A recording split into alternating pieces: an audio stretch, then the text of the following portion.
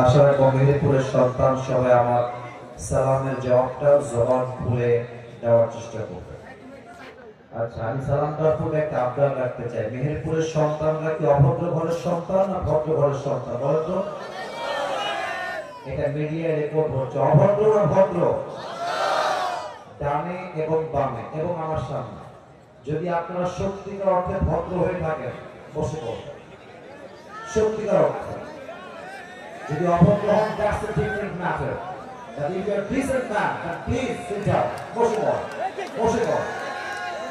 এটা তাফসীর মাহফিলের বৈশিষ্ট্য নয়। মাশাআল্লাহ, এই তো বসে গেছে। এই যে এখন বসে গেল ভাইয়া, পরিষ্কার জীবন ভালো বসো। সোনামণি বসো, নতুন নাকি? বসে পড়, পরিষ্কার ভালো। কেউ দাঁড়িয়ে থাকবে না, দাঁড়িয়ে থাকলে আল্লাহ হাফেজ। আমার প্রিয় মেহেরপুরের ভাই, আমি আবার সালাম দিচ্ছি। আশা রাখবো আমাকে জবান খুলে সবাই উত্তর দিবেন। আসসালামু আলাইকুম ওয়া রাহমাতুল্লাহি ওয়া বারাকাতুহু। ইন্নাল হামদালিল্লাহি নাহমাদুহু ওয়া নাস্তাঈনুহু ওয়া নাস্তাগফিরুহু ওয়া নু'মিनु বিহি ওয়া নাতাওয়াক্কালু আলাইহি ونعوذ بالله من شرور أنفسنا ومن سيئات أعمالنا من يهده الله فلا مضل له ومن يضلله فلا هادي له فلن تجد له وليا مرشدا ونشهد أن لا إله إلا الله وحده لا شريك له هو الذي لا ضد له ولا ند له لا مثل له ولا مثيل له ولا كفيل له لا شبه له ولا شبيه له ولا ولد له ولا والد له وهو الواحد الفرد الصمد لم يلد ولم يولد ولم يكن له كفوا أحد ونشهد أن سيدنا ونبينا وحبيبنا وحبيب ربنا وطبيبنا وطبيب أرواحنا محمدا عبد الله ورسوله أرسله بالحق بشيرا ونذيرا وداعيا إلى الله بإذنه وسراجا وقمرا منيرا أما بعد فأعوذ بالله من الشيطان الرجيم بسم الله الرحمن الرحيم والآخرة خير لك من الأولى وقال تعالى في كلامه المجيد كأنهم يوم يرونها لم يلبثوا إلا عشية أو ضحاها وقال تعالى في كلامه المجيد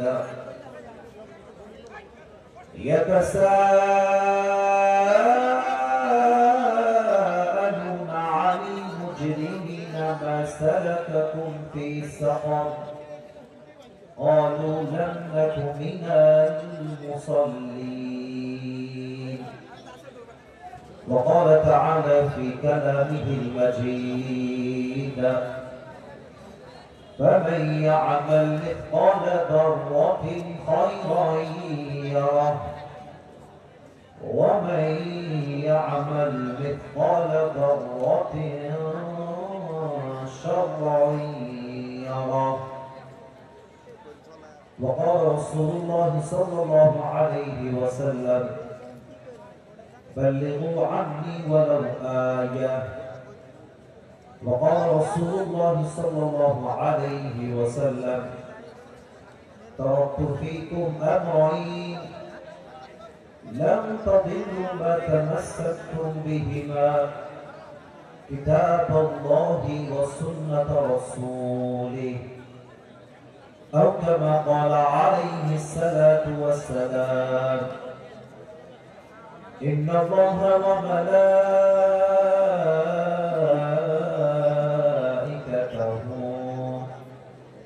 يصلون على النبي يا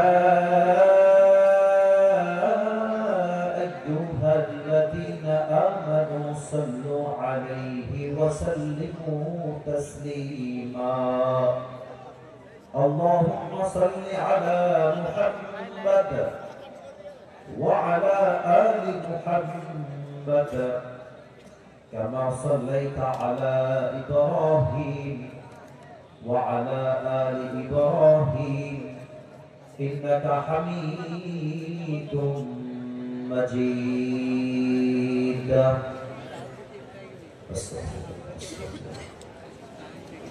স্বপ্নচূড়া ফাউন্ডেশন মেহেরপুরের উদ্যোগে আজকে প্রথম বার্ষিক ওয়াজ মাহফিল। আমাদের আজকের প্রোগ্রামে আমার পূর্বে কথা বলেছেন মাওলানা ফিরাতুল ইসলাম নাঈম, আরো কথা বলেছেন জনাব আমিন হানজালা লিঙ্কন। যারাই কথা বলেছেন আমি দোয়া করি আল্লাহ সকলের কথা অনুযায়ী আমাদের সবাইকে আমল করার তৌফিক দান করুন। পরে সবাই আমিন। আমাদের আজকে এই প্রোগ্রামে সভাপতি করবেন, আমাদের সভাপতি রয়েছেন মাওলানা মোহাম্মদ খায়রুল আনাম, ভাইস প্রিন্সিপাল মেহেরপুর তামিল মাদ্রাসা। অত্যন্ত ধন্যবাদ জানাই আজকে এই প্রোগ্রাম কমিটিকে, তার সভাপতি হিসেবে একজন আলেমকে রেখেছেন। এটাই আমরা চাই, বাংলার মাটিতে যে কোনো তাফসীর মাহফিলের সভাপতি হবে কোন সুদখোর নয়, চাঁদাবাজ নয়, টেন্ডারবাজ নয়, দলের নেতা নয়। মাহফিলের সভাপতি একজন সুনামধন্য আলেমের সন্তান অথবা একজন আলেম। ঠিক কি বলে? আমি দোয়া করি আল্লাহ হুজুরকে ইসলামের খাদেম হিসেবে কবুল এবং মঞ্জুর করুন। পরে সবাই আমিন। এবং একটা বিষয়ে আমি কষ্ট পেয়েছি, জাস্ট ভাই হিসেবে বলবো, আমি আপনাদের কোনো শত্রু নই, আমি জাস্ট একটা বিষয়ে কষ্ট পেয়েছি, জাস্ট সেই বিষয়টা শেয়ার করার চেষ্টা করছি। বৈষম্য বিরোধী ছাত্র আন্দোলন, তাদের নাম ঘোষণা করা হয়েছিল কথা বলার জন্য। আপনারা যে অস্থির হয়েছে এবং দোষের কিছু না, আসলে প্রধান আলোচক এসে গেলে মানুষ কোনো দিকে আর তাকাতে চায় না, প্রধান বক্তার কথা শোনার জন্য অধীর আগ্রহে তারা বসে থাকে, এটা আমি বুঝি। তবে আপনাদের উচিত ছিল যে কথাগুলো শোনা, এর কারণ বৈষম্য বিরোধী ছাত্র আন্দোলন ছিল বলেই আজকে আমরা এই তাফসীর মাহফিলটা স্বাধীনভাবে করতে সক্ষম হয়েছি। ঠিক কিনা বলে? তাদেরকে মাইনাস করার কোনো প্রশ্ন হয় না। আমি বিশ্বাস করি মেহেরপুরের সন্তান যারা আজকে এই মাহফিলে এসেছে এবং বৈষম্য বিরোধী ছাত্র আন্দোলন যারাই করেছে, এরা কেউ কাপুরুষের সন্তান নয়, সত্যিপুরুষের সন্তান এরা। অতএব তাদের অনেক মেহনত এবং পরিশ্রমের মাধ্যমে স্বপ্নচূড়া ফাউন্ডেশন আজকে এত সুন্দর একটা মাহফিল অ্যারেঞ্জ করার সুযোগ পেয়েছে। আমি দোয়া করে দিই যারা এই প্রোগ্রামকে বাস্তবায়ন করবার জন্য দিনরাত পরিশ্রম করেছে, কষ্ট করেছে, আল্লাহ সকলের পরিশ্রমকে নাজাতের ওসিলা হিসেবে কবুল করুন। পরে সবাই আমিন। আপনাদের আওয়াজ কেমন যেন আমি পাচ্ছি, বিশ্বাস করেন মেহেরপুরে আমি 3 বার এসেছি, কিন্তু মেহেরপুরের সন্তানরা আসলে এমনি কথা বলে না। আমি যখন এসেছিলাম আমি দেখেছি যখন কথা বলে মেহেরপুরের সন্তানরা বিড়ালের বাচ্চার মতো নয়, সিংহের মতো গর্জন দিয়ে কথা বলে। আওয়াজ যেন আসতে না হয়, আপনার আওয়াজটা জবাব খুলে আমাকে দেওয়ার চেষ্টা করবেন। কেমন আছেন আপনারা সবাই? আলহামদুলিল্লাহ, আল্লাহ শুকরিয়া যে আল্লাহ আমাকে অনেক ভালো রেখেছেন। আজকের এই মাহফিল আমার দেখে মনে হচ্ছে যে আজকের মাহফিলের ডানে, সামনে এবং বামে যত অডিয়েন্স এসেছে, যত শ্রোতা এসেছে, আমার মন বলছে আজকের মাহফিলের শ্রোতা 90 ভাগেরও বেশি পরিচয় তোমরা যুবক ভাই আজকে মাঠে। আল্লাহ আমার যুবক ভাইদেরকে ইসলামের সৈনিক হিসেবে কবুল এবং মঞ্জুর করো, পরে সবাই আমিন। আপনারা জানেন যে আমি এসেছি 10:45, সবাই একটু উলট পালট হয়ে গিয়েছে। আমি ওদেরকে বলে এসেছি লম্বা সময় কথা হবে না, অল্প সময় আলোচনা হবে, কারণ রাত জেগে ওয়াজ শোনার চাইতে ফজরের নামাজটা জামাতে পড়া হাজার গুণ বেশি দামি বিষয়। আসলে এই মুহূর্তে কিছু তিতা সত্য কথা বলবো, যে কথাগুলো আসলে শোনার পরে আপনাদের অনেকের গায়ে লাগবে এবং আমার নিজেরও গায়ে লাগবে বলার সময়। আর আমি বলতে বাধ্য হচ্ছি, কারণ মুসলমান হক কথা বলতে কারোর সঙ্গে কোনো আপোষ করে না, ঠিক কিনা বলে?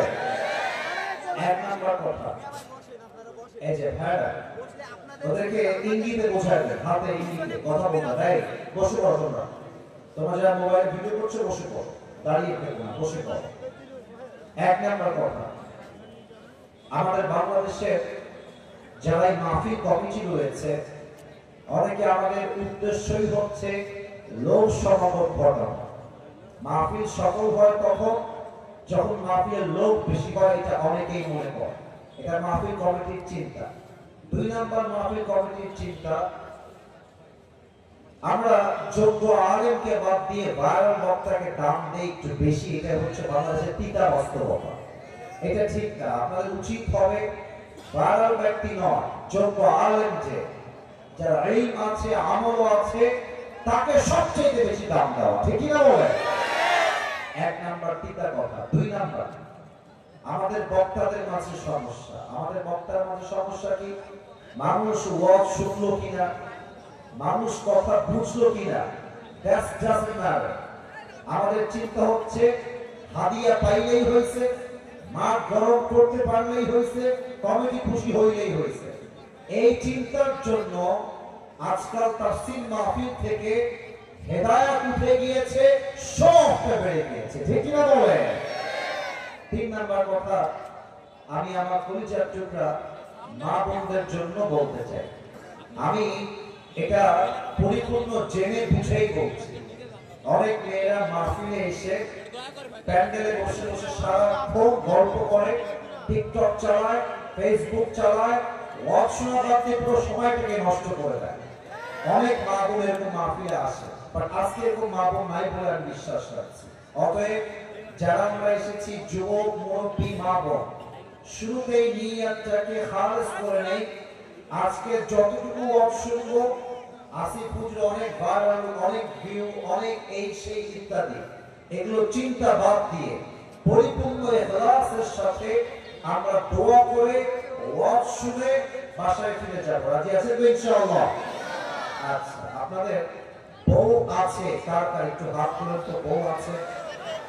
বউ আছে? আছে, আচ্ছা, আপনার আপনার এবার যাদের বউ তো কেউ নাই, সিঙ্গেল একটু হাত তোলো সবাই।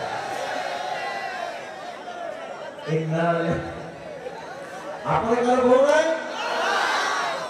আরে আপনার আমি দোয়া করে যে আল্লাহ বউ নাই সবাইকে তুমি দিন রাত নেককার বউ দিয়ে দাও, পরে সবাই আমিন। যারা আমিন বলেন তারা কেউ বউ পাবে না। আর একবার বলে সবাই আমিন। আসলে যুবকরাও বিয়ে করতে চায়, বাবাও অনেক সময় বিয়ে দিতে চায়, বাট আজকালকার মেয়েরা এমন হয়ে গিয়েছে যে টাকা ছাড়া বিয়ের পিড়িতে বসতেই চায় না। আশা করছি মেহেরপুরের মেয়েরা এরকম নয়, তবে আমার জানা মতে বাংলাদেশে এমন অনেক মেয়ে আছে। আপনারা রাগ করবেন না আমার কথায়, মায়েরাও রাগ করবেন না, বোনেরাও রাগ করবেন না, এটা বাস্তবিকতা থেকে বলছি। বাস্তবতা হচ্ছে এইটা, অনেক মেয়ে টাকা পাইলে বুড়িরা টাকলার সঙ্গে বিয়ে দিতে আসার বসে। আল্লাহ এমন মেয়েদেরকে চরিত্রবান যুবকের গুরুত্ব বোঝার তৌফিক দান করুন, পরে সবাই আমিন। এখানে একটা কোরআন লাগবে, একটা কোরআন লাগবে। কমিটি যে আছেন একটু কোরআন নিয়ে আসবেন, কোরআন থেকে ওয়াজ করবো তো, কোরআনটা থাকলে খুব ভালো হয়। তো যারাই আমরা এসেছি 3টা তাকবীর দিব, তাকবীর শেষ আলোচনা শুরু হয়ে যাবে। প্রথম তাকবীর দিবেন আমার প্রিয় বিবাহিত ভাই। বিবাহিত ভাই যারা এসেছেন তারা একটু কাশি দেন দেখি। আচ্ছা, কাশি তো দিয়ে ফেলেছেন। এবার একটা তাকবীর দিবেন জাস্ট বিবাহিত ভাই, এন্ড সেকেন্ড তাকবীর দিবেন আমার প্রিয় সিঙ্গেল ভাই। আমি দেখতে চাই, না দাঁড়ান, ওয়েট ওয়েট আ মিনিট, আমি আছি। আমি দেখতে চাই কার নাম্বার কত বেশি হয়। প্রথম তাকবীর দিবেন বিবাহিত ভাই। বিবাহিত ভাইরা একটু স্ট্রং হয়ে যাও। নারে তাকবীর। মাশাআল্লাহ মাশাআল্লাহ, মোটামুটি ঠেলে ঠেলে চলে কিছুটা।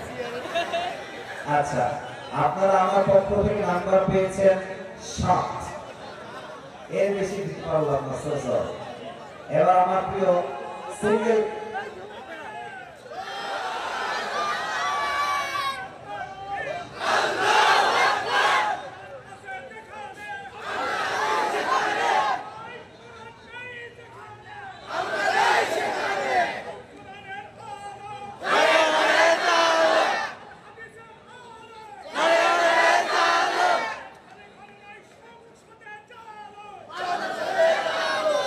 মাশাআল্লাহ, মুরব্বি তাকবীর দিয়ে প্রমাণ করেছে মেহেরপুরের সন্ত্রাস বাঘের বাচ্চারা। মুরব্বির গায়ে জোর আছে, ভালো মাশাআল্লাহ। আচ্ছা, বিবাহিত ভাইরা আপনারা 7 নাম্বার পেয়েছেন। এবার সিঙ্গেলদের পালা। সিঙ্গেল যারা এসেছে তো কাশি দাও।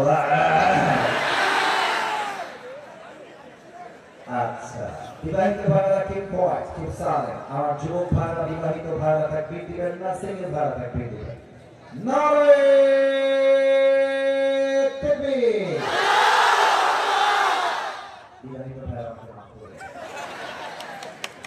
আজকে আমার সিঙ্গেল ভাইরা 85 নাম্বার বেশি পেয়ে পাস করেছে, ঠিক না?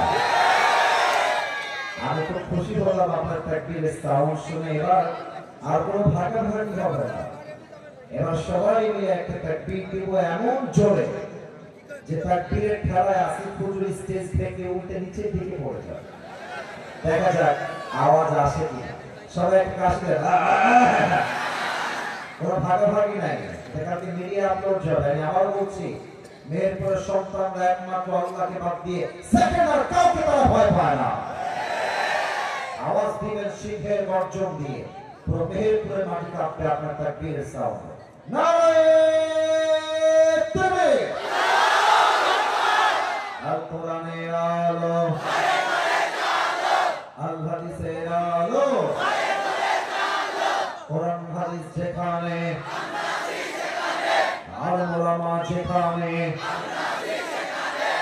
মেহেরপুরবাসী যেখানে,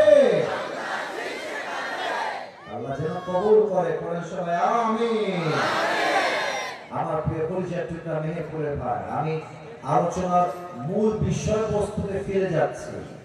আমি আবারও বলছি, ওয়াজ হবে অল্প সময়, তবে যা বলবো রেফারেন্স ভিত্তিক, কনস্ট্রাকটিভলি প্রত্যেকটা কথা কোরআন থেকে বলার I will try my best level, সর্বোচ্চ আমি চেষ্টা করব।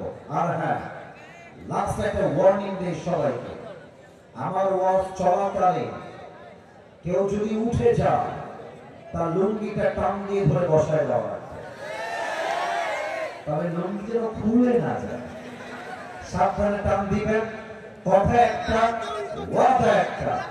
ওয়াজ শুনতে আসছি, দোয়া শেষ না করে কেউ বাসায় ফিরতে পারবে না, ঠিক না?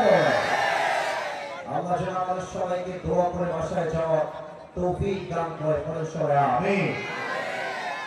মেহেরপুরের ভাই, আজ আমার আলোচনার সেন্ট্রাল থিম বা সাবজেক্ট ম্যাটার, মূল আলোচ্য বিষয় হচ্ছে the life of hereafter, পরকালের জীবন, the life of grave, কবরের জীবন।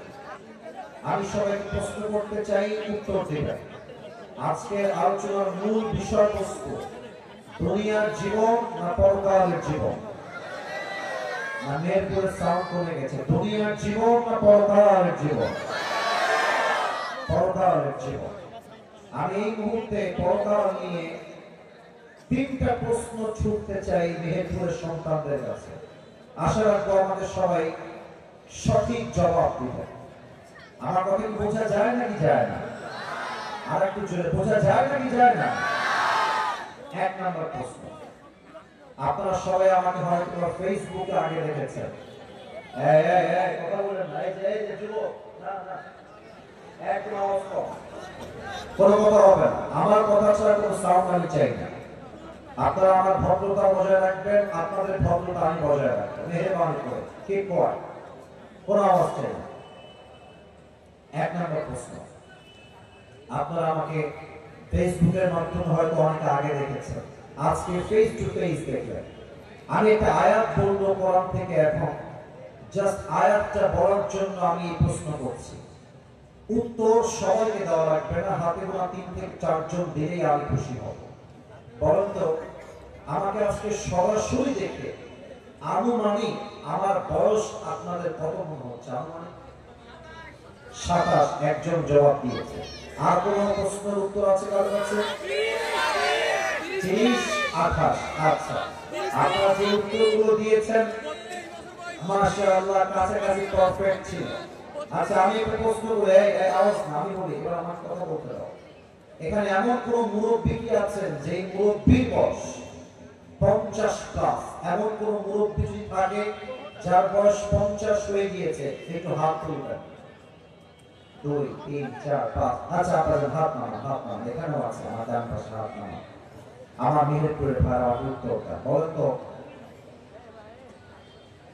দুনিয়ার জীবন কি বেশি লম্বা না আখিরাতের জীবন বেশি লম্বা? আসতে বললেন যে দুনিয়ার জীবন লম্বা না আখিরাতের জীবন বেশি লম্বা?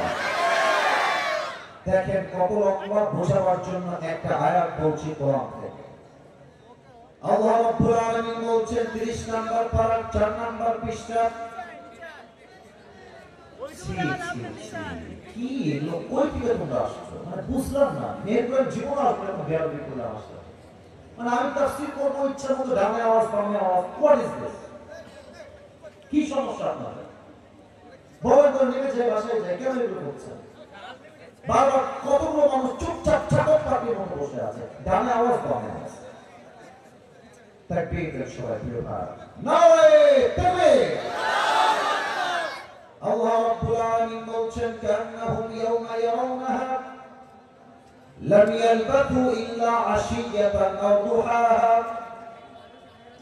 যে মুরব্বির বয়স 50 বছর, যেই মায়ের বয়স 50 বছর হয়ে গিয়েছে, যার বয়স দুনিয়ার মাটিতে 80 বছর ছিল, সে যে ইন্তেকাল করবে, কবরের জীবন যখন থেকে শুরু হয়ে যাবে, পরকালের জীবনটা তো বিশাল বিশাল লম্বা জীবন হবে। ওই মুরব্বীরা দিয়ে বলবে, আল্লাহ, পরকালের জীবনটা তো বিশাল লম্বা জীবন, আমার কাছে মনে হচ্ছে দুনিয়ার জীবনটা পরকালের কাছে একটা সকাল কিংবা একটা সন্ধ্যার মতো হবে। আল্লাহু আকবার! How much long time it is? 80 বছরের জীবনটা পরকালে যাওয়ার পরে just you will feel as like it was on morning or on evening.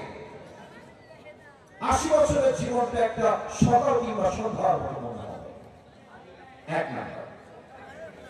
2 নম্বর, বলেন তো সবাই, দুনিয়ার জীবনটা বেশি উত্তম না আখিরাতের জীবন বেশি উত্তম?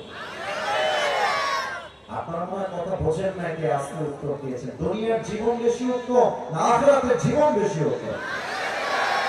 এটার দলিল কোরআনের মাঝে আছে না নাই?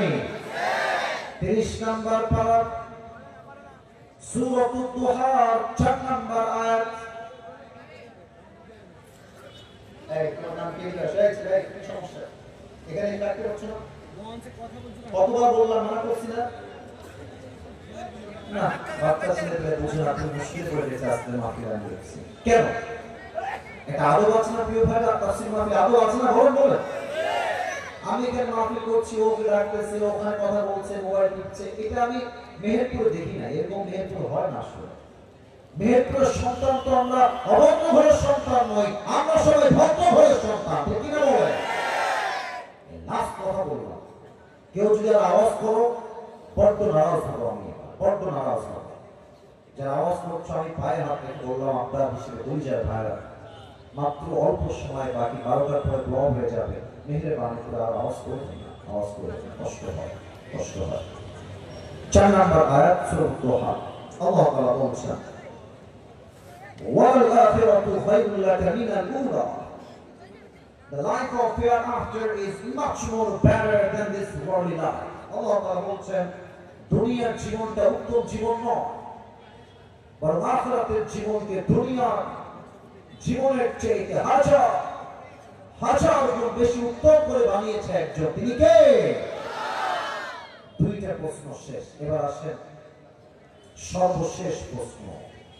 দেখা যাক আপনারা আমার কথা বোঝেন কিনা।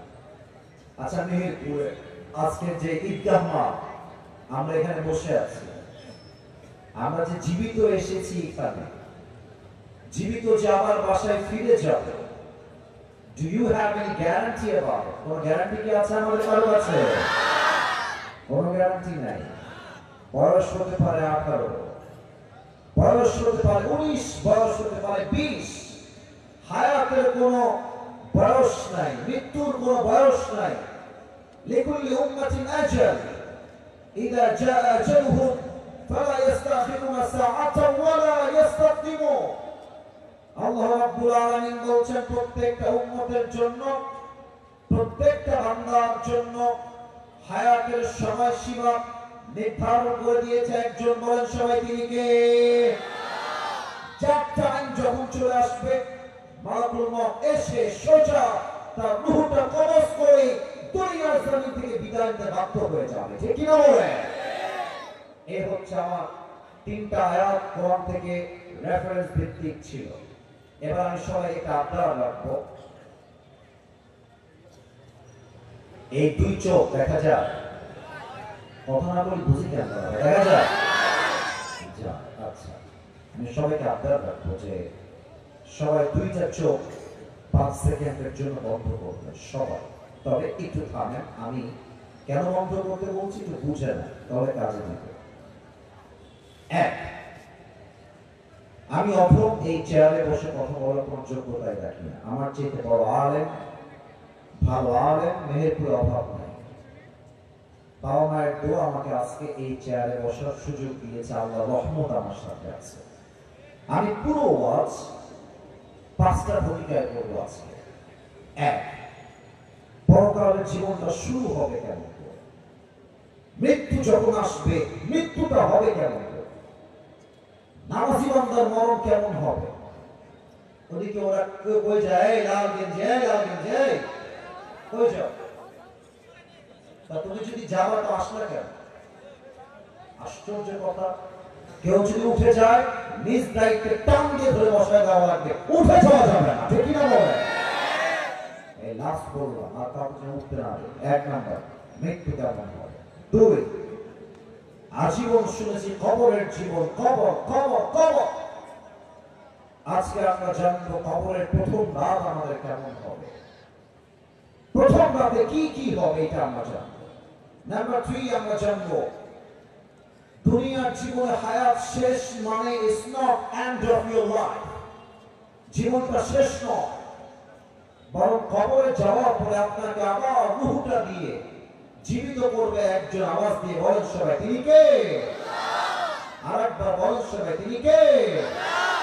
আল্লাহ জীবিত করবেন কেমন করে? 3 নম্বরে আমরা এটা জানবো। 4, আজীবন শুনেছি কিয়ামত, কিয়ামত, হিসাব দিবস, হিসাব। আজকে আমরা জানবো কিয়ামতের দিনে হিসাবটা কেমন করে হবে, বান্দার আমলনামার হিসাব কেমন হবে। 5 নম্বরে আমরা জানবো একদল যাবে জান্নাতে, আরেক দল যাবে জাহান্নামে হিসাব দিবসের পরে। জান্নাতীরা জান্নাতে যাবে কেন, আর জাহান্নামীরা জাহান্নামে যাবে কেন? ইন ডিটেইলস এই 5টা বিষয় আজকে আমি কোরআন থেকে, হাদিস থেকে রেফারেন্স ভিত্তিক আলোচনা করতে চাই। সবাই রাজি আছেন তো ইনশাআল্লাহ? একটা আওয়াজ কম পেলাম যে ইনশাআল্লাহ, জোরে বলেন ইনশাআল্লাহ। আরেকবার বলেন সবাই ইনশাআল্লাহ। 2 চোখ বন্ধ করবেন, আমি আমার 2 চোখ বন্ধ করে ফেললাম। আমার বিশ্বাস আছে যে মেহেরপুরের সন্তান আমার কথা রাখবে, যেহেতু তারা আমাকে ভালোবাসে মন থেকে। চোখ বন্ধ সবাই। আমরা যান প্রিয় বোনেরা, আমার প্রিয় যুবক ভাই, রাখা যায় না, প্লিজ ক্লোজ ইউর আইস। সবাই চোখ বন্ধ করেন। চোখ যদি বন্ধ হয়ে যায়, তো আপনি দেখতে পাচ্ছেন না, বিকজ আমার চোখটা বন্ধ আছে। চোখ যদি বন্ধ হয়ে যায়, মাথাটা সবাই নিচু করে, সবাই মাথা নিচু করে 5টা সেকেন্ডের জন্য। জাস্ট আমি যা ভাবতে বলি তা ভাবেন। আজকের রাত আপনার মৃত্যুর রাত। আজকেই আপনার রূহটা কবজ হয়ে যাবে। আগামীকাল ফজরের নামাজের পরে মেহেরপুর শহরে এই মাঠে আপনার জানাজা অনুষ্ঠিত হবে কালকে সকালে। Just try to think like this, try to imagine this. একটু পরিকল্পনা করেন, একটু অনুধাবন করেন, একটু ফিল করেন মৃত্যুর কথা। সবাই সরল করবেন জাস্ট 5 সেকেন্ডের জন্য। আমি 1 থেকে 5 বলছি, 5 গোনা শেষ হলে চোখ খুলবেন। 1, 2, 3, 4, 5। মেহেরপুরে ভালো। চোখ খোলেন, মাথা উঁচু করেন। মাশাআল্লাহ, আপনারা আমার কথা রেখেছেন। প্রথমে ঢুকে যাই প্রথম কথা, মৃত্যু কেমন করে আসে। মনে করেন বাসায় শুয়ে আছেন, অথবা বাইক চালাচ্ছেন, অথবা ফেসবুকিং করছেন, টিকটক চালাচ্ছেন, অন্য জায়গায় হারাম অ্যাফেয়ার করছেন, বিভিন্ন কাজে বিভিন্ন সময় ব্যস্ত আছেন। হায়াতের সময় যখন শেষ, ঠাস করে মালাকুল মউত আপনার চোখের সামনে এসে দাঁড়িয়ে যাবে। হাদিসে আসছে মৃত্যুর সময় মানুষের মাঝে 2টা ভাগ হবে। 1 নাম্বার নামাজি বান্দার মৃত্যু, 2 নাম্বার হলো বেনামাজি বান্দার মৃত্যু। নামাজি বান্দার মরণ কেমন হবে আমি হাদিস থেকে বলছি। আল্লাহর হাবিব বলেছেন, নামাজি বান্দার সামনে যখন মালাকুল মউত আসবে, তার দেহের চামড়ার রং হবে সাদা ধবধবে, আর তার জুব্বা হবে সাদা, চামড়া হবে ফর্সা, মুখে থাকবে লম্বা লম্বা চাপদার, আর দেখতে হবে very handsome, very young, very smart, তাগড়া যুবক হবে। নামাজের সামনে এসে দাঁড়িয়ে যাবে আর ডাক দিয়ে বলবে, ইয়া আইয়ুহান নাফসুল মুতমাইন্না উখরুজি ইলা মাগফিরাতিল্লাহি ওয়া রিজওয়ানি। হে প্রশান্ত আত্মা, বের হয়ে আসো, বের হয়ে আসো। বলার সঙ্গে সঙ্গে নামাজি বান্দা ডাক দিয়ে বলবে, কোথায় বের হবো, কোথায় যাব, কোথায় আমার ঠিকানা? মালাকুল মউত ডাক দিয়ে বলবে, ইলা মাগফিরাতিল্লাহি ওয়া রিজওয়ানি। আরে আসো, বের হয়ে আসো, আল্লাহর জান্নাত তোমার জন্য অপেক্ষমান রয়েছে। সুবহানাল্লাহ। খেয়াল করেন তো আমার হাতের দিকে, মেহেরপুরের ভাই, এইটা আমার হাতে কি? একটা প্রশ্ন করে ফেলি, মেহেরপুর কোন বিভাগে পড়ে? খুলনার মধ্যে পড়ে? আমার জন্ম তো খুলনায়, আলহামদুলিল্লাহ। তা আমার তো মনে হচ্ছে যে যদি খুলনার মধ্যে মেহেরপুর হয়, তা আমি তো খুলনায় জন্ম নিয়েছি। তা আমি যদি খুলনার সন্তান হই, আমি তো মেহেরপুরের সন্তান, তাই না? কথা বলি ভয় পাচ্ছি না, এমনি ভয় সব চলে গেছে। মাশাআল্লাহ, আপনারা আমার, আমি আপনাদের। মাশাআল্লাহ। এবার একটু দেখেন, এটা বলেন তো আরেকবার, এটার নাম কি? একটু খেয়াল করেন তো, এটা কি গোল না চারকোনা? উত্তরটা আগের চেয়ে অনেক জোরে হচ্ছে। গোল না চারকোনা? আল্লাহর হাবিব বলেছেন, নামাজি বান্দার রূহটা আল্লাহর কাছে তো দামি হবে। নামাজি বান্দার রূহকে কবজ করবার জন্য আল্লাহ তাআলা জান্নাত থেকে একটা লাল রেশমি রুমালের চাদর তার রূহকে কবজ করে জান্নাত পর্যন্ত নিয়ে আসার জন্য স্পেশালি জান্নাত থেকে দুনিয়াতে আল্লাহ হাদিয়া হিসেবে পাঠায় দিবেন। জোরে সোরে পড়ে সবাই সুবহানাল্লাহ। এই হচ্ছে the death of people those who perform the salah, নামাজি বান্দার মরণ। আমি যদি এখন স্টেজ থেকে নেমে গিয়ে যুবকের পকেট চেক করি, হতে পারে could be happen যে যুবকের পকেট থেকে এখন এই মাহফিলে, এই মুহূর্তে, এই জায়গায় তার পকেট থেকে বিড়ির প্যাকেট এখনই বের হতে পারে, এখনই বের হতে পারে। আমি যদি যুবকদের মোবাইল ফোনটা কেড়ে নেই, এখন কোন যুবকের মোবাইল ফোন তার মোবাইল ফোনের মেসেঞ্জারে পাওয়া যাবে যে যেই যুবকটা আজকের মাহফিলে ওয়াজ শুনতে এসেছে, ওয়াজ শুনতে শুনতেই সেই তার গার্লফ্রেন্ডের মেসেজের রিপ্লাই মাহফিল থেকেই করেছে। এখানে খুঁজতে পাওয়া যাবে। এখানে অনেক যুবককে খুঁজতে পাওয়া যাবে যেই যুবকের মোবাইল ফোনে টিকটক অ্যাকাউন্টে অসংখ্য উলঙ্গ নারীর ভিডিও দেখার জন্য যুবকরা অসংখ্য মেয়ের আইডি ফলো দিয়ে রেখে দিয়েছে। আমি এটা হাসির জন্য মোটেও বলি না। আমি আপনাকে বোঝাতে চাই যে এই অনলাইন যারা করছেন তাদের মৃত্যু কতটা ভয়ঙ্কর হতে পারে, হাদিস কি বলেছে এটা আপনাদেরকে জানাতে চাই আজকের এই মেহেরপুরের মাহফিলে। কথা কি বোঝা যায়? কথা না বলে আপনার কথা না বলে বলবো কেমন? বোঝা যায় নাকি যায় না?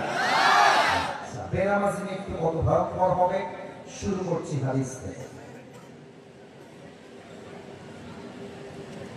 বেনামাজির সঙ্গে যখন আমি তার প্রত্যেকটা দেহের অঙ্গের বর্ণনা দিচ্ছি। এখন লুক অ্যাট মাই ফেস, আমার